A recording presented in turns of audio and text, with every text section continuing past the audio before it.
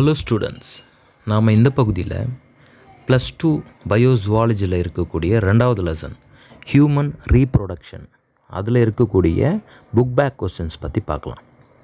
இதில் first question பார்த்திங்கன்னா ஸ்பெர்மட்டோஜெனிசிஸ்க்கும் ஸ்பெர்மியோஜெனிசிஸ்க்கும் உள்ள வேறுபாடை கேட்டிருக்காங்க. சரி, ஸ்பெர்மட்டோஜெனிசிஸ்னால் என்ன? ரொம்ப சிம்பிள். ஸ்பெர்மை உருவாக்குற இந்த நிகழ்வு தான் ஸ்பெர்மட்டோஜெனிசிஸ். ஸ்பெர்ம் ஜெனிசிஸ்னால் உருவாகிறது. சரி, என்ன சொல்கிறாங்க? It is the process of formation of haploid ஸ்பெர்மட்டோசோவா.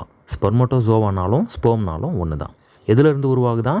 Germinal செல், அதாவது ஸ்பெர்மட்டோசைட்ஸ் அப்படின்னு சொல்லுவாங்க. நம்மளுடைய ஸ்க்ரோட்டத்தில் இருக்கக்கூடிய டெஸ்டிஸில் இருக்கும் அந்த ஜெர்மினல் செல்ஸ், அதாவது ஸ்பெர்மட்டோசைட்ஸ். அது மியாட்டிக் டிவிஷன் நடந்து 4 ஹெப்ளாய்டு ஸ்பெர்ம்ஸை ஃபார்ம் பண்ணும். சரிங்களா? ஸோ இப்படி மியாசிஸ் மூலமாக ஸ்பெர்ம்ஸ் ஃபார்ம் ஆகுது இல்லைங்களா, ஜெர்மினல் செல்ஸ்லேருந்து. இதை தான் ஸ்பெர்மட்டோஜெனிசிஸ் அப்படின்னு சொல்கிறாங்க. இந்த பக்கம் ஸ்பெர்மியோஜெனிசிஸ்னால் என்ன? ஏற்கனவே சொன்னோம் இல்லையா, ஸ்பெர்மட்டோசைட்ஸ் அப்படின்னு சொல்லக்கூடிய அந்த ஜெர்மினல் செல்ஸ் மியாட்டிக் டிவிஷன் நடைபெற்று 4 ஸ்பெர்மட்டீடை உருவாக்கும். இந்த ஸ்பெர்மட்டீட் அப்படின்றது ஒரு இயர்லி ஸ்டேஜஸ், அதாவது ஸ்பெர்மட்டோசோவான்னு சொல்லக்கூடிய ஸ்பெர்மனுடைய முந்தைய நிலை. இந்த ஸ்பெர்மட்டீட் பார்த்திங்கன்னா ஒரு அவ்வளோவா நீந்த தெரியாத ஒரு ஸ்பெர்ம்னு வச்சுக்கங்களேன், அதுக்கு வைக்கிற ஒரு பேர் தான் ஸ்பெர்மட்டீட். இந்த ஸ்பெர்மட்டீட் நல்லா டிஃப்ரென்ஷியேட் ஆகி ஸ்பெர்மட்டோசோவாவா, அதாவது ஸ்பெர்மாக மாறுற அந்த நிகழ்வுக்கு ஸ்பெர்மியோஜெனிசிஸ். இது ரெண்டுமே ஆண்களுடைய உடலில் நடைபெறக்கூடியது. ஏன்னா ஸ்பெர்ம் வந்து மேலினுடைய கேமிட். சரி, செகண்ட் பாயிண்ட் என்ன சொல்கிறாங்க? ஒரு டிப்ளாய்டில் இருக்கக்கூடிய ஒரு செல் ஹெப்ளாய்டாக மாறுறது இந்த ஸ்பெர்மட்டோஜெனிசிஸில் நடைபெறக்கூடியது. அதுவே ஸ்பெர்மியோஜெனிசிஸ் பார்த்திங்கன்னா ஆல்ரெடி இந்த ஸ்பெர்மட்டிட் தான் ஸ்பெர்மட்டோசோவாவாக மாறுது இல்லையா, இந்த ஸ்பெர்மட்டிட்டே ஒரு ஹெப்ளாய்டு தான். ஏன்னா நம்ம ஏற்கனவே சொன்னோம், மியாட்டிக் டிவிஷன் நடைபெற்றால் உருவாகக்கூடியது கண்டிப்பாக ஹெப்ளாய்டு செல்லாக தான் இருக்கும். ஸோ இந்த ஸ்பெர்மட்டிட் ஸ்பெர்மட்டோசோவாவாக மாறுறது ஹெப்ளாய்டு டு ஹெப்ளாய்டு. அதனால் இங்கே எந்த ஒரு டிப்ளாய்டு செல்லுக்கும் வேலை இல்லை. So it changes a haploid structure into another haploid structure அப்படின்னு தெளிவாக கொடுத்துருக்காங்க. ஸோ இதுதான் டிஃப்ரெண்ட். இது அடிக்கடி கேட்கக்கூடிய கேள்வி. அடுத்த கேள்வி இதில் என்ன கேட்டிருக்காங்கன்னா, எந்த ஸ்டேஜில் வந்து கேமிட்ஸ் வந்து டெவலப்மெண்ட் ஆகும்? ஒரு புதுசாக பிறந்திருக்கிற ஆணோ பெண்ணோ அவங்களுக்கு எந்த ஏஜில் எந்த காலகட்டத்தில் அந்த ஸ்பெர்மட்டோஜெனிசிஸும் அப்புறம் ஊஜெனிசிஸும் நடக்கும், அதாவது ஸ்பெர்மும் எக்கும் எப்போ ஃபார்ம் ஆகும் அப்படின்னு கேட்குறாங்க. மேல் ஃபீமேல் 2 பேருக்குமே பியூபர்ட்டியில் தான் அவங்களுக்கு தேவையான கேமிட்ஸ் ஃபார்ம் ஆகும். இதுவே மேல்னால் அதை ஸ்பெர்மட்டோஜெனிசிஸ் சொல்லுவாங்க, ஃபீமேலில் ஊஜெனிசிஸ் அப்படின்னு சொல்லுவாங்க. இப்போ மேலில் பார்த்தீங்கன்னா கொனோடோட்ரோபின் அப்படின்ற ஹார்மோன் வந்து அவங்க பாடியில் பியூபர்ட்டி பீரியடில் இனிஷியேட் ஆகும்போது ஸ்பெர்ம் டெவலப்மெண்ட் நடக்கும். இந்த ஸ்பெர்ம் எப்படி டெவலப்மெண்ட் ஆகுதுன்னா, ஸ்பெர்மட்டோகோனியான்னு ஒரு செல் இருக்கும். இதுதான் வந்து ஒரு மதர் செல். இந்த மதர் செல் வந்து மைட்டாட்டிக் டிவிஷன் மூலமாக ப்ரைமரி ஸ்பெர்மட்டோசைட்டை உருவாக்கும். இந்த ப்ரைமரி ஸ்பெர்மட்டோசைட் செல்லு தான் மியாசிஸ்குள்ளே என்ட்ரி ஆகி ஃபைனலாக 4 ஸ்பெர்மட்டிடை உருவாக்கும். இந்த ஸ்பெர்மட்டிட் அதுக்கப்புறம் மெச்சூர்ட் ஆகி ஸ்பெர்மட்டோசோவா அப்படின்னு சொல்லக்கூடிய ஸ்பெர்மாக கன்வெர்ட் ஆகும். இதை வந்து ஏற்கனவே முதல் கேள்வியில் எக்ஸ்பிளைன் பண்ணியிருப்பேன். ஸ்பெர்மட்டிட்னா என்ன, ஸ்பெர்மட்டோசோவா அப்படின்னா என்னன்றது. சரி, இப்போ இந்த ப்ரைமரி ஸ்பெர்மட்டோசைட் மியாசிஸ் 1 நடந்து முடிஞ்ச உடனே 2 செகண்டரி ஸ்பெர்மட்டோசைட்டை உருவாக்கும். அதாவது உங்களுக்கு மியாசிஸ் படிச்சிருக்கும் போது உங்களுக்கு தெரியும் மியாசிஸ் 1 எப்படி நடைபெறும், மியாசிஸ் 2 எப்படி நடைபெறும்னு சொல்லிட்டு. இப்போது நம்மளுக்கு மியாசிஸ் 1 முடிஞ்சோடனே செகண்டரி ஸ்பெர்மட்டோசைட் ஃபார்ம் ஆகுது இல்லைங்களா, 2. இந்த 2மே ஹெப்ளாய்டாக தான் இருக்கும். இதில் அதுக்கு அடுத்தது மியாசிஸ் 2 நடைபெற்று 4 ஸ்பெர்மட்டிட் ஃபார்ம் ஆகும். இவங்களும் வந்து ஹெப்ளாய்டாக தான் இருப்பாங்க. ஸ்பெர்மட்டோகோனியாவும் ப்ரைமரி ஸ்பெர்மட்டோசைட்டும் டிப்ளாய்டாக இருக்கும், மற்ற எல்லாருமே ஹெப்ளாய்டாக இருப்பாங்க. இதே மாதிரி ஃபீமேலில் பார்த்திங்கன்னா ஊகோனியா அப்படின்ற ஒரு மதர் செல் இருக்கும்.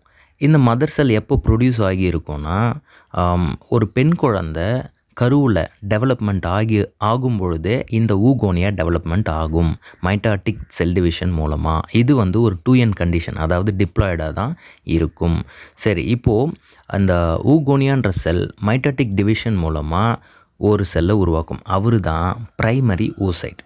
ஸோ ப்ரைமரி ஊசைட்டும் டிப்ளாய்டாக தான் இருக்கும். இந்த ப்ரைமரி ஊசைட் தான் மியாசிஸ்குள்ளே என்ட்ரி ஆகி நம்மளுக்கு கேமிட் எக்கை ஓவத்தை ஃபீமேலுக்கான கேமிட்டை உருவாக்கும். சரி, இப்போ இந்த ப்ரைமரி ஊசைட் வந்து மியாசிஸ் 1 முடிஞ்ச உடனேயே 2 செல்லை உருவாக்கணும் இல்லைங்களா?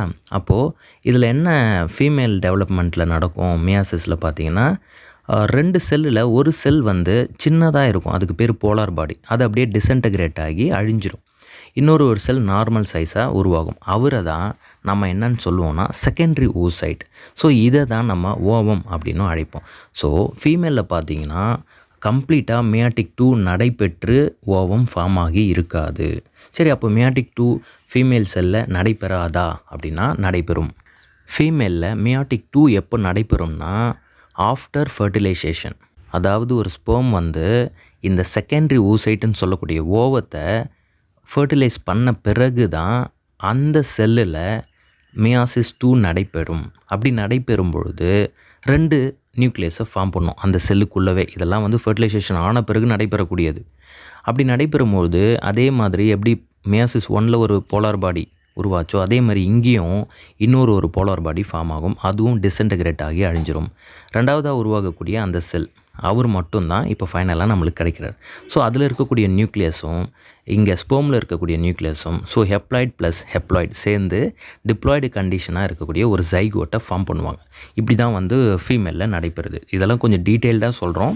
பட் இங்கே என்ன கொடுத்துருக்குறாங்கன்னா பியூபர்ட்டி டைமில் செகண்டரி ஊசைட் அண்ட் ஓவம் வந்து ஃபார்ம் ஆகும். எதுலேருந்து ஃபார்ம் ஆகும்னா ப்ரைமரி ஊசைட்லேருந்து ஃபார்ம் ஆகும், மியாட்டிக் டிவிஷன் மூலமாக ஃபார்ம் ஆகும்னு ஷார்ட்டாக கொடுத்துருக்காங்க. ஸோ நான் டீட்டெயில்டாக உங்களுக்கு எக்ஸ்ப்ளனேஷன் கொடுத்துருக்கேன்.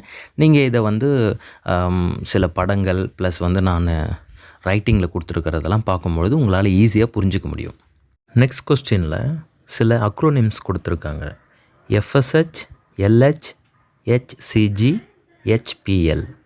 அதாவது ஃபஸ்ட்டு பார்த்திங்கன்னா ஃபாலிகுலார் ஸ்டிமுலேட்டிங் ஹார்மோன் அப்படின்னு சொல்லுவாங்க.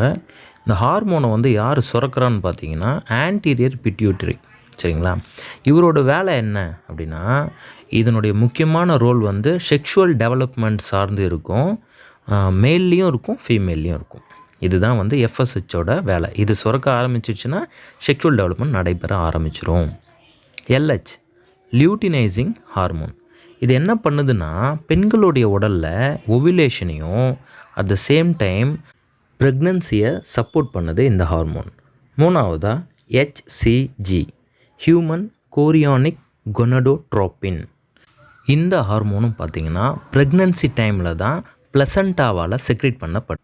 பெண்கள் ப்ரெக்னன்சி டெஸ்ட் எடுக்கும்பொழுது யூரினில் HCG இருந்தால் பாசிட்டிவாக வரும்.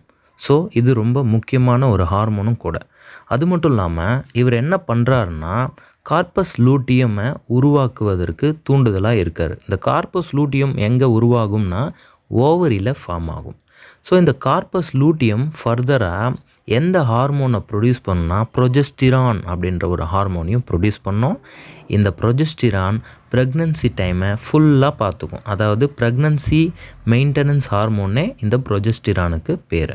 ஸோ இதெல்லாமே பார்த்திங்கன்னா ஒவ்வொரு ஹார்மோனுடைய பேக் டு பேக் ஒர்க்காகவே இருக்கும். ஸோ HCG ரொம்ப முக்கியமானது. அதுக்கு அடுத்தது HPL ஹியூமன் ப்ளசன்டல் லாக்டோஜன். இந்த பேர்லேயே பார்த்தீங்கன்னா லாக்டோஜன் அப்படின்னு இருக்குது. இந்த ஹார்மோனும் ப்ரெக்னன்சி டைமில் தான் செக்ரீட் ஆக்கப்படுது. ஸோ லாக்டோஜன் டெவலப்மெண்ட் ஆனாலே ஆட்டோமேட்டிக்காக மில்க் செக்ரீஷன் ஸ்டார்ட் ஆகிடும். ஸோ பிரெஸ்ட் ஃபீடிங்க்கு மதரை ரெடி பண்ணுறதுக்கு இந்த ஹார்மோன் ப்ரெக்னன்சி டைமில் செக்ரீட் ஆகுது. ஸோ 4 ஹார்மோனுமே ரொம்ப முக்கியமான ஹார்மோன். செக்ஷுவல் டெவலப்மெண்ட் ஃபர்தராக ப்ரெக்னன்சி இந்த மாதிரி பல சிச்சுவேஷனில் செக்ரீட் ஆகுது. ஸோ அடுத்த கொஸ்டின், வாட் இஸ் கொலாஸ்ட்ரம்? அதனுடைய சிக்னிஃபிகன்ஸை எழுதுங்க அப்படின்றாங்க. கொலாஸ்ட்ரம் அப்படின்னா மதர் மில்க்கு. குழந்தை பிறந்த உடனேயே நம்ம மாடுகளுக்கெலாம் சொல்லுவோம் இல்லைங்களா, அந்த கடும் பால் கொடுங்க அப்படின்னு சொல்லுவாங்க. இது ஒவ்வொரு ஊர்லேயும் ஒவ்வொரு மாதிரி பேர் வச்சுருப்பாங்க. ஸோ ரொம்ப திக்கான ஒரு மில்க் இருக்கும், ரொம்ப ஹைலி நியூட்ரிட்டிவாக இருக்கும். அதே தான் மனிதர்களுக்கு இதை கொலாஸ்ட்ரம் அப்படின்னு சொல்கிறாங்க. இது பார்க்கும்போதே நம்மளுக்கு தெரியும், எல்லோயிஷாக இருக்கும், நியூட்ரியன்ட் ரிச், ரொம்ப அதிகமான சத்துக்களை உள்ளடக்கியது. ஹியூமன் ஃபீமேல் வந்து ஆஃப்டர் பேர்ச்சுரேஷன், அதாவது பேர்ச்சுரேஷன்னா குழந்தை பெற்றெடுத்தல். அப்போது குழந்தை பெற்றெடுத்த அடுத்த சில நாட்களுக்கு இந்த கொலாஸ்ட்ரம்ன்றது செக்ரீட் ஆகும். இதில் இயற்கையாகவே பார்த்திங்கன்னா நேச்சுரல் ஆன்டி மைக்ரோபியல் ஏஜென்ட் இருக்குது. ஸோ இது குழந்தையினுடைய இம்யூன் சிஸ்டத்தை ஸ்டிமுலேட் பண்ணுது. அதுக்கு அடுத்ததாக லெஸ் லாக்டோஸ், கம்மியான அளவு லாக்டோஸும் ஃபேட் இல்லை, ப்ரோட்டீன்ஸ் இருக்குது, விட்டமின் ஏவும் அப்புறம் சில மினரல்ஸும் இதில் அடங்கியிருக்கு. அதே மாதிரி ஐஜிஏ ஆன்டிபாடிஸ், அப்புறம் நிறைய இம்யூன் சிஸ்டத்தை டெவலப் பண்ணக்கூடிய பொருட்கள், வளர்ச்சிக்கு தேவையானவை, டிஷ்யூ ரிப்பேர் ஃபேக்டர்ஸ். இப்போ குழந்தெல்லாம் பார்த்திங்கன்னா டெய்லி க்ரோத் ஓரளவுக்கு நம்மளால் பார்க்க முடியும். ஸோ மேலே இருக்கிற தோல் உரியுதல் இதெல்லாம் அந்த repair factors, tissue repair factors நிறையவே இருக்கும்.